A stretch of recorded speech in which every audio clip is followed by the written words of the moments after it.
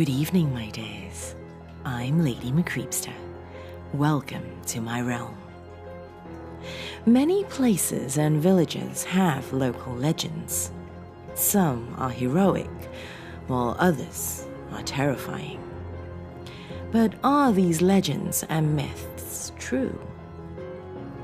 In today's tale by Vel on Creepypasta.com, one man gets to find out. So come, lean in closer, and we'll begin.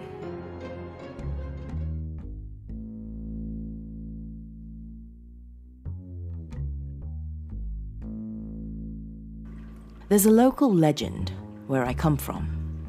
They're simply referred to as the Willow Men. There's hardly a need for the law enforcement in this town. The Willow Men take care of all of that.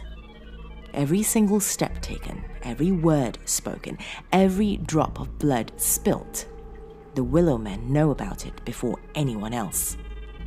Believe me, anyone that has invoked the wrath of the Willow Men has gone missing without a trace. That's why, when I realized what I had done, it was too late. The Willow Men were coming. She just wouldn't shut the hell up. No matter what I said and what I would do, she was just hysterical. She kept pacing about the house screaming. She said she found this and that and knew I was cheating on her. She'd asked me who it was and I told her she was crazy. I guess I wore that excuse out. After a while, I couldn't take her damn voice anymore. I'd walk room to room and she'd follow me. When we got to the kitchen, I had my fill. I reached for the first knife I could find and jammed it into her throat. The face of anger and sorrow melted into one of despair and disbelief. The crimson fluid ran freely all over her blouse, and she dropped to her knees, scrambling around on the floor. She clawed at the tile and made gurgling noises which only served to infuriate me. I grabbed an iron skillet that had been preheating on the stove and took a swing at her head. A wet crack followed the impact, and while I didn't need to keep it going, I did. I lost count of the number of times I hit her, but I had a good deal of blood on me. What was left of her head was being held together by thin particles of bone, and blood continued to rush out. I dropped the skillet to the floor with a loud clang. I wish remorse could have followed, so I would have felt at least a little bit human, but it didn't. I was just happy to be rid of her. With a grunt, I picked her body up off the floor and hoisted it onto my shoulder. Her face hung next to me, dead eyes staring with conviction. I could only chuckle. As soon as I got outside, I dropped the ragged heap onto the ground and went to find a shovel. That's when I knew they were watching. I could hear the whispers from the woods, and in the corners of my eyes, I could see them staring intently at my every move. Whenever I would look up to the woods, I would find only gnarled trees staring back at me. I knew they were there. It was dusk by the time she was good and buried. I was drenched in sweat, and it had made the bloodstains on my clothes expand and turn orange. I looked back up to the woods, and I saw them peering from behind the trees. Long, gnarled faces with hollow eyes and gaunt figures. I could only half see the faces as they chose to hide behind their precious trees, but they were there, watching, whispering. "What are you staring for, bastards? You heard her! I had to do it!" I yelled at them. Was I expecting a response? I don't know. They just continued to watch me from behind the trees. I spit on the ground and threw the shovel down. They would come for me under the cover of darkness, and I wasn't going without a fight. I stole away into the house and prepared. I pushed couches and dressers in front of doorways. I nailed wooden boards haphazardly to cover all the windows.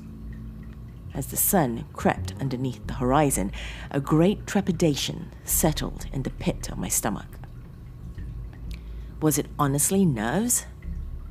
I hated to think it was such a powerful fear that I would start breaking into an ice-cold sweat. I loaded up my shotgun and reached for a bottle of whiskey. I forced down a mouthful and then another and slammed the rest of the bottle against the wall in frustration. One door I left open. It was the back door that stared out into the woods. I put a chair down in front of it and sat, shotgun in my lap. They were still staring at me, the Willow Men. We stayed staring at one another for 3 days. Eventually, exhaustion began to get the best of me and I started to nod off. I tried desperately to keep my eyes open. For a foolish second, I propped my head up with the shotgun so that it wouldn't fall. I snapped back to reason and lifted my head high. Last thing I wanted to do was shoot myself. Had I known what was coming, I probably should have. I pushed myself to stay awake for a few more hours. The day came and went, and it was the dead of night before I knew it. They persisted behind the trees. I began to rationalize that if I closed my eyes for a second, I could have enough time to open them while the Willow Men were coming at me, so I could take a few of them down.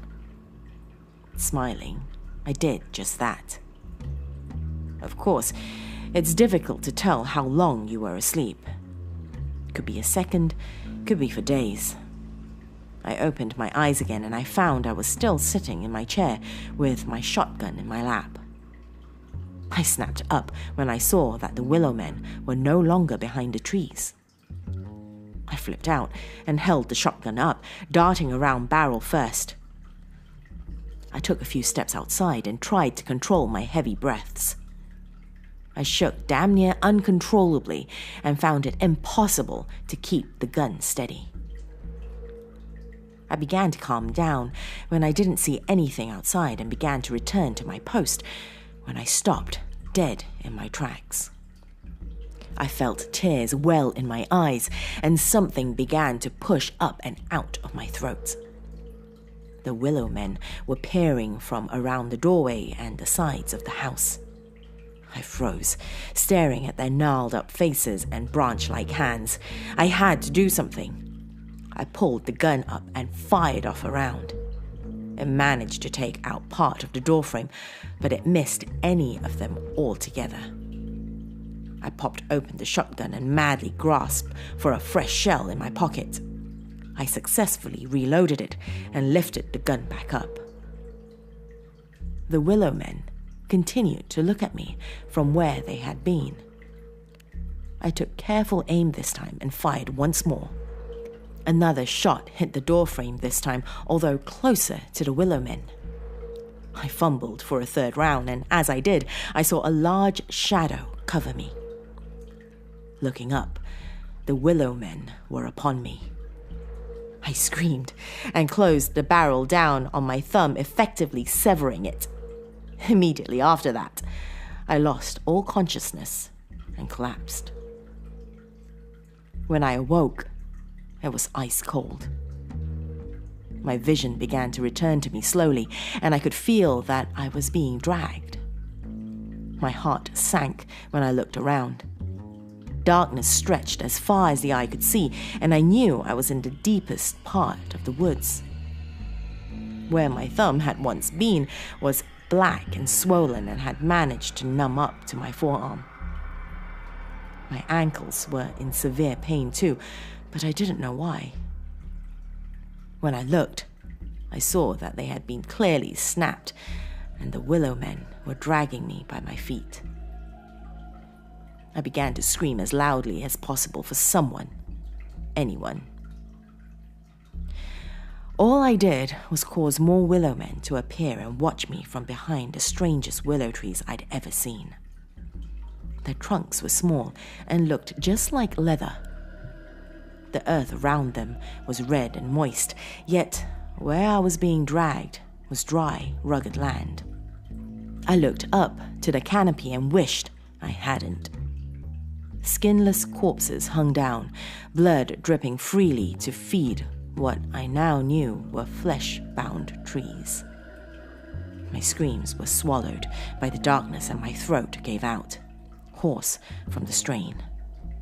In the silence, I heard a fainting moan. I looked around to see if there was someone else here, maybe some poor bastard who suffered my same fate.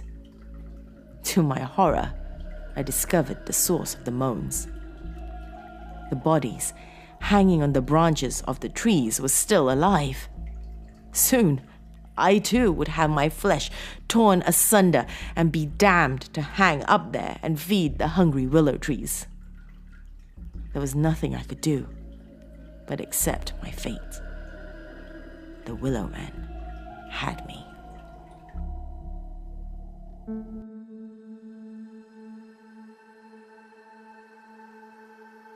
So, does your hometown have a local legend? Do share them in the comments below. I'd love to hear about them. If you've just stumbled onto me, welcome, my lovely. I hope you enjoyed your stay. Before you leave, remember to hit that subscribe button along with that bell icon for more tales of darkness. If you'd like to follow me on social media, find me on Facebook at facebook.com/Lady MCreepsta. A direct link is in the video description below. Thank you for joining me this evening, my lovelies. I'll see you soon.